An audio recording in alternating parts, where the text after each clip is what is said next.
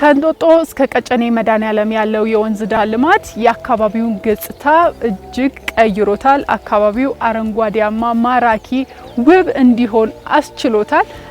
ሰዎችም መጥተው እንዲጎበኙትም ጭምር ያስቻለ ነው። ከዛም ከውበት ባሻገር ግን በዚህ አካባቢ የተለያዩ የልማት ስራዎችም አሉ። ከነዛ ውስጥ የእንጆሪ ልማት ይጠቀሳል። የእንጆሪ ልማት በስፋት ተግባራዊ ተደርጓል። እንደምመለከተውም በርካታ እንጆሪዎችም ደርሰዋል። ይህንን በተመለከተ የምንጠይቅ ይሆናል። አብራችሁን ቆዩ።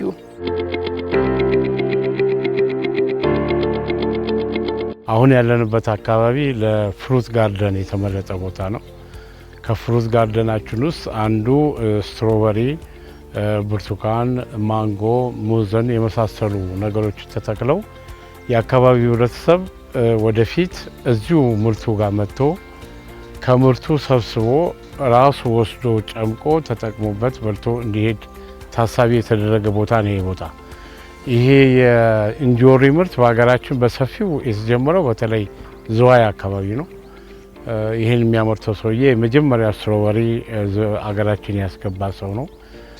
ይሄ ስትሮበሪ የተተከለው ከ3 እና ከ4 ወር በፊት ነው። ነገር ግን የመሬት ዝግጅቱ ከ7 እና ከ8 ወር በላይ ፈጅቷል። ከላይ ጀምረን ነው እንግዲህ ይሄ እንጦጦ ጫፍ ላይ ነው አሁን ያለ ነው።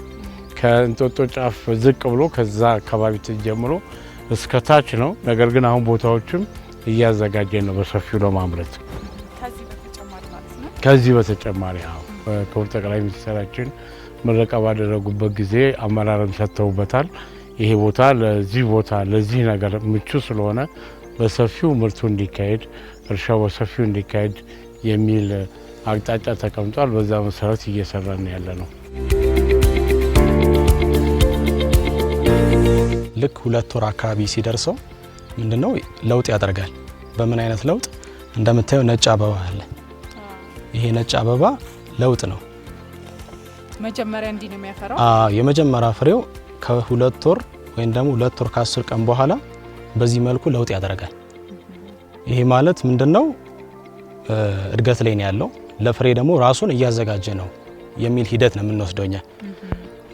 ከዚህ ቀጥሎ ምንድነው አበባ ካየ በኋላ ከ10 ወይም ከ15 ቀናት በኋላ ወደ ፍሬ ይለወጣል። ላይክሲስ እንቡጥ የሆነች አረንጓዴ ፍሬ ይሰጠናል ማለት ነው። ከዛ ምንድነው ራሱን ወደ ማሳደግ ነው የሚሄደው። ራሱን ወደ ማሳደግ በዚህ መልኩ ይሄዳል። የሚፈለገው እድገት ከሰጠ በኋላ ለምሳሌ የእድገቱ መጨረሻ ይሄ ከሆነ ራሱን ወደ ምንድነው የሚሄደው? ወደ ማቅላት ይሄዳል። ራሱን ወደ ማቅላት ይሄዳል። እኛ እዚህ አካባቢ ሲደርስ ምን እናደርጋለን? አርባ አድርገን ለፓኪንግ እንዲመቻች እንትንለዋለን፣ እናዘጋጀዋለን ማለት ነው። እሱ በጣም ቀልቷል። ትልቅ ነው፣ በጣም ትልቅ ነው። እንደዛ ስትሮበሪ ገበያ ላይ አልተመለከቱም። አልተለመደም። ምንድነው የሚያደርገው ይሄኛውን ገበያ ላይ ካለ? ገበያ ላይ ለየት የሚያደርገው ምንድነው? አንድ ቦታው ምቹ ነው። 2 ደግሞ ትንሽ ከዝርያ ልዩነት አለ። 3ኛ ደረጃ ደግሞ እንክብካቤ በሚገባ ከተደረገለት ሳይዙ የዚህን ያክል ሳይዝ ይሰጠናል። የስትሮበሪ እንክብካቤ እንደሌላው አይደለም። ትንሽ እንክብካቤ ካቋረጥሽበት በማከል በሽታ አለ። ልክ እንደ ሰው ልጅ በቃ የሚያስፈልገው እንክብካቤ ማለት ነው። እንክብካቤ ሕፃን ልጅ ካቆምሽበት ለራሱ አቅም አይደለ? በቃ ልክ እንደዛ በሽታ ቶሎ ያጠቀዋል። አንዴ ደግሞ በሽታ ከገባ አስቸጋሪ ነው ለስትሮበሪ ማለት ነው። ስለዚህ ያ እንዳይመጣ ምንድነው በየ3 ቀኑ በሳምንት 2ቴ በማከል ሰራተኞች እየተዘዋወሩ ይሄን ቼክ ያደርጋሉ ማለት ነው። እነዚህ የደረሱ ናቸው። እንደዚህ በጣም ሲቀላ ነው የሚቀነጠሰው ወይስ እንደዚህ 2 አይነት? አሁን ገበያ ላይ የሚቀርብበት ሁኔታ ከሆነ ሀፍ ለምሳሌ ሀፍ ነጭ ነው፣ ሀፍ ደግሞ በስሏል። በዚህ መልኩ እንቀነጥሰዋለን። ከቀነጠስነው በኋላ እኛ ጋር ፓክ ሆኖ ገበያ ላይ ወጥቶ ከቤት የመጣ ገዢ እስኪገዛ ያቺን ታይሚንግ በመጠበቅ ሀፋፍ አድርገን አሁን ነው መብላት የተፈለገው ከሆነ ደግሞ ጁስ ላይ እንዳያሽው በጣም ሬዲ ሆነውን ቀንጥሰን በዛ መልኩ ፓክ እናደርጋለን ማለት ነው።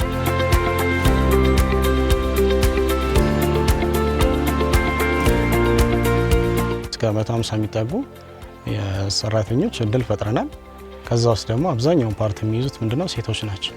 የእርሻውን ስራ አብዛኛውን የምናሰራው በሴቶች ነው። ለነሱ ነው እድላችን የሰጠነው። ከዚህ በፊት ያው የቤት ስራ ለጠና ምናምን እየቋጭት ነበር። ልጆች እናት ነኝ ጠን ስላለ የቤት ነው የምሰራው። ስራ አልወጣሁትም። ጫካ ምናምን ሰዎች ስለቅም ከነሱ ጋር ለቅማለሁ። ከዛ በኋላ ይሄ ስራ አለ ሲባል ጓደኞች ሲያወራ ወደዚህ መጣሁት። ይሄ ስራ አገኘሁት። ያው ጥሩ ነው ስራ አሪፍ ነው። እኛ ስራ ተፈጠረ። በዛ ለውጥ እያየን ነው።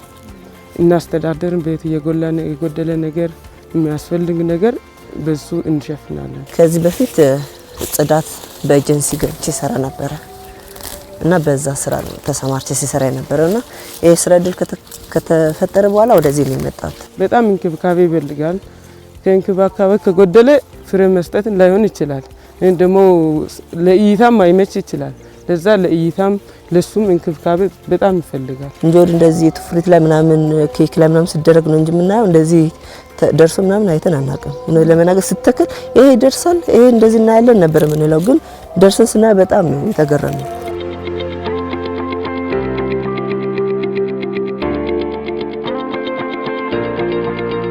የአየር ሁኔታ ወሳኝነት አለው።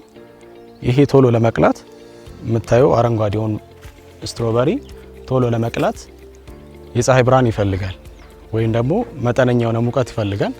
ከዛ በኋላ ልክ እንደምታየው ፓርቱ ግማሽ ቀይ ያልነካው ደግሞ አረንጓዴ በሚሆንበት ታይም በእንደዚህ አይነት አቀላል ይቀላል እና በሳምንት ውስጥ 3 ወይም 4 ጊዜ ለቀማ እናደርጋለን።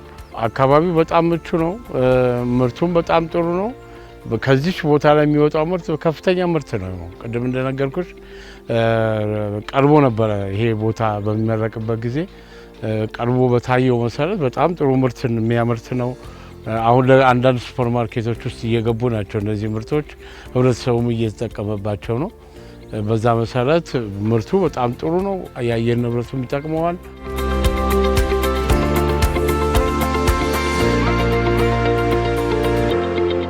በዚህ እንጆሪ ልማት ለበርካቶች የስራ እድል ተፈጥሯል። ስራው እንግዲህ በየቀኑ እንክብካቤ የሚፈልግ ነው። እኛም እንግዲህ ሲንከባከቡ ሲያርሙ ያንን መመልከት ችለናል። የእንጆሪ ልማትን ስናስብ እንግዲህ በአብዛኛው ከከተማ ውጪ ነው የምናስበው። ነገር ግን በአዲስ አበባ ማልማት ይቻላል የሚለው ይሄ እርሻ እንግዲህ ማሳያ ነው። እኛም እንግዲህ መልማት እንደሚችል ይሄው የደረሰውን ተመልክተናል ባይናችን። ቆይታችን እንግዲህ ይሄንን ይመስላል።